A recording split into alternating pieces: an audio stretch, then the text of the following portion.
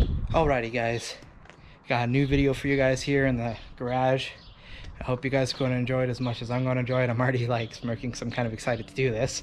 So this has been a very long time coming.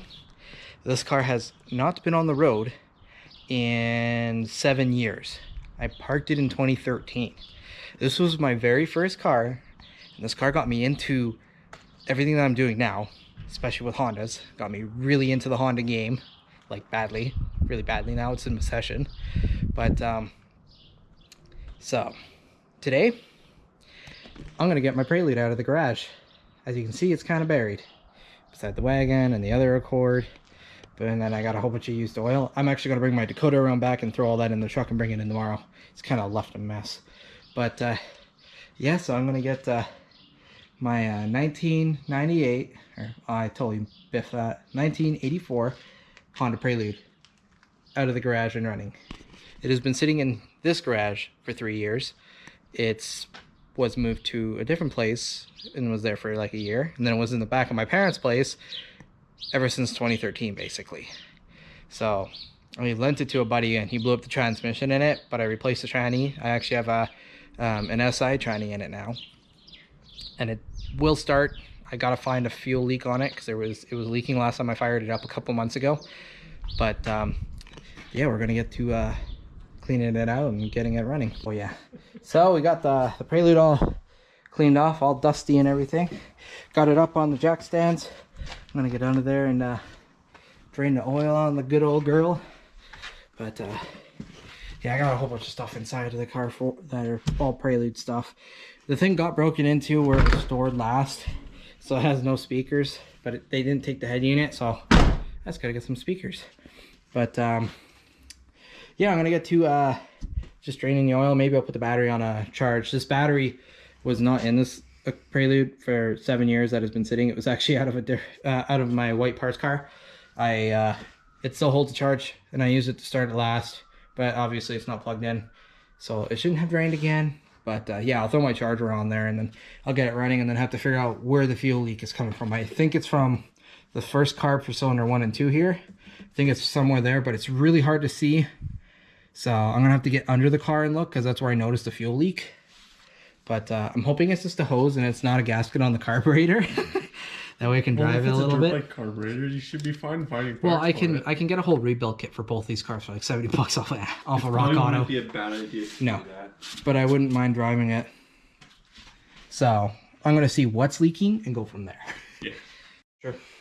Alrighty guys, so I'm just about to get into the Prelude.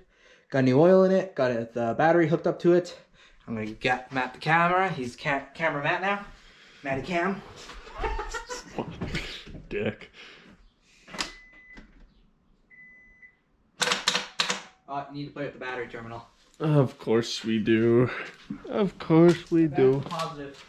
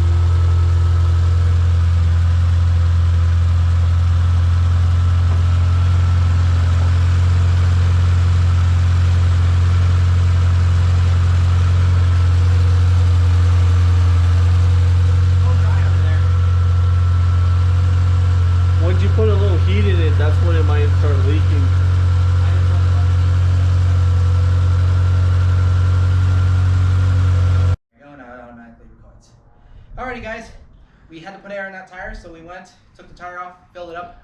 Now we're gonna take it for a little ride. Woo!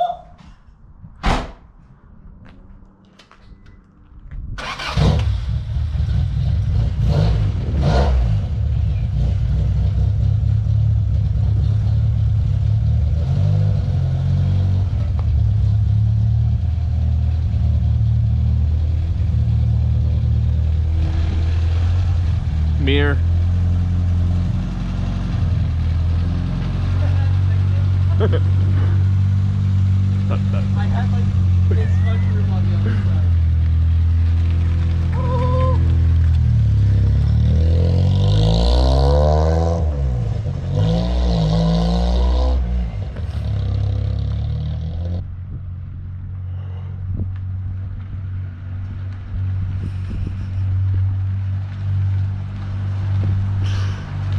What's the middle stuff?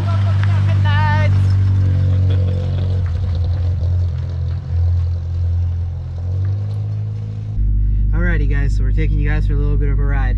This is a blast of the past for me and Matt. So I started driving before Matt. We've been friends since grade 4 and we've been car friends since then too. And I used to drive us around all the time in this car. Woo! Compared to everything else, this thing is slow. Yeah.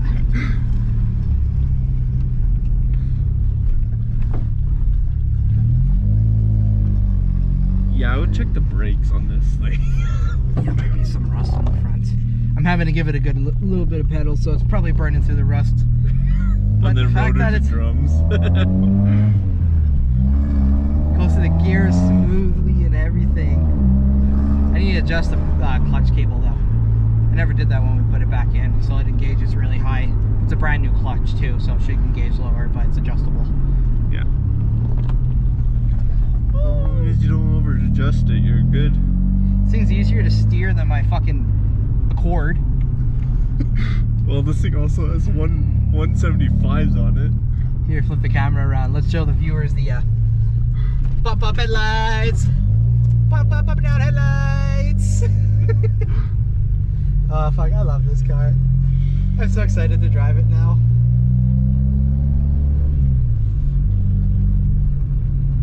I think I gotta play with the idling. Oh no, it's idling correct. Yeah, it's a little high. Well, it's also cold right now too. It's at operating temp. It's at 1,000 RPMs, so it's a little high.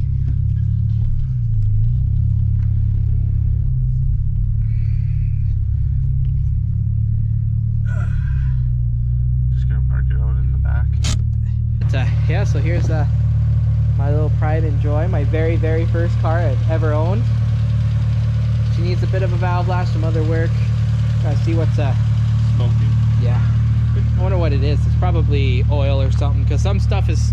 I've used it as a Storage rack? yeah, as a storage rack. I don't really see anything smoking. This smells like old, Doesn't smell like anything. It just smells old. Let's get the light in my messy garage. No fuel leaked out while we were gone getting food and stuff, but yeah.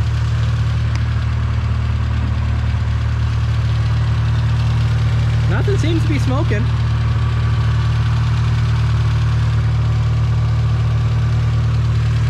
Oh, it's coolant that's poured onto there when we check the coolant. Which is a good thing. Yep. My little Honda Prelude. Got to do some repairs and stuff, like some body work. It's got rust. I mean, it's a, what is it now? Like almost, how old is this thing now? Is it from 80? It's 36 years old. Yeah. It's 36 years old. So it's, And I mean, you can see a little bit of rust up on this side, but the rest of the wheel well is pretty good. It's the other side that's bad. And I mean, we live in the Rust Belt. We're in Canada. So this came from a small town, and so it didn't see a lot of road salt until I got it, but this is the worst of the rust. But I mean, it's all solid. It's not crunchy or anything like that. Like, look, I can shake the whole car. There's no crunching at all. It's all solid. Both of our first cars are 84s. Yeah, that's another thing, is both of our vehicles are 84s. He has an 84 Eldorado, so a Caddy, and then I got my 84 Prelude. My first lewd love. This is what got me into Hondas. It totally did, because you remember me, I was a Mopar guy. Yeah. Yep. So yeah, that's going to conclude that for this video. I'm so glad that this thing ran and drove. The noise from one of the wheels is kind of going away, so I think it's just rust on the rotor from it sat for 7 years. This thing's literally sat for 7 years. I bought the turbo Prelude that I've been posting until like all spaced out with the camera here. So I bought the red Prelude, which is kind of now turning black.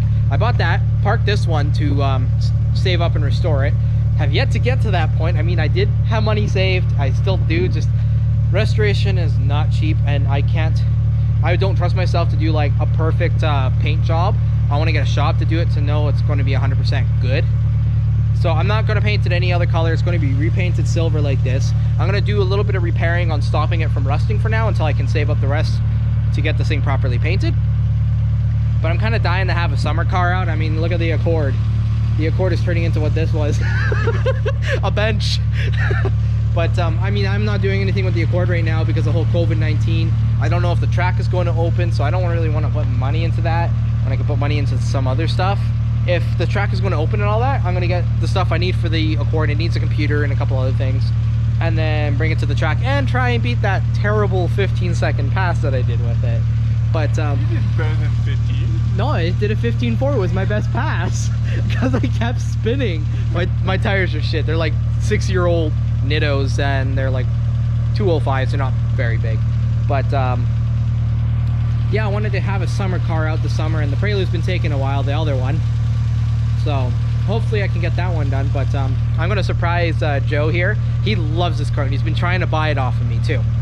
But I'm gonna when I go up there to finish the turbo, I'm currently still filming that. I had to come back for a package. It still hasn't shown up, and I've been here for like 4 days. But I'm gonna surprise him.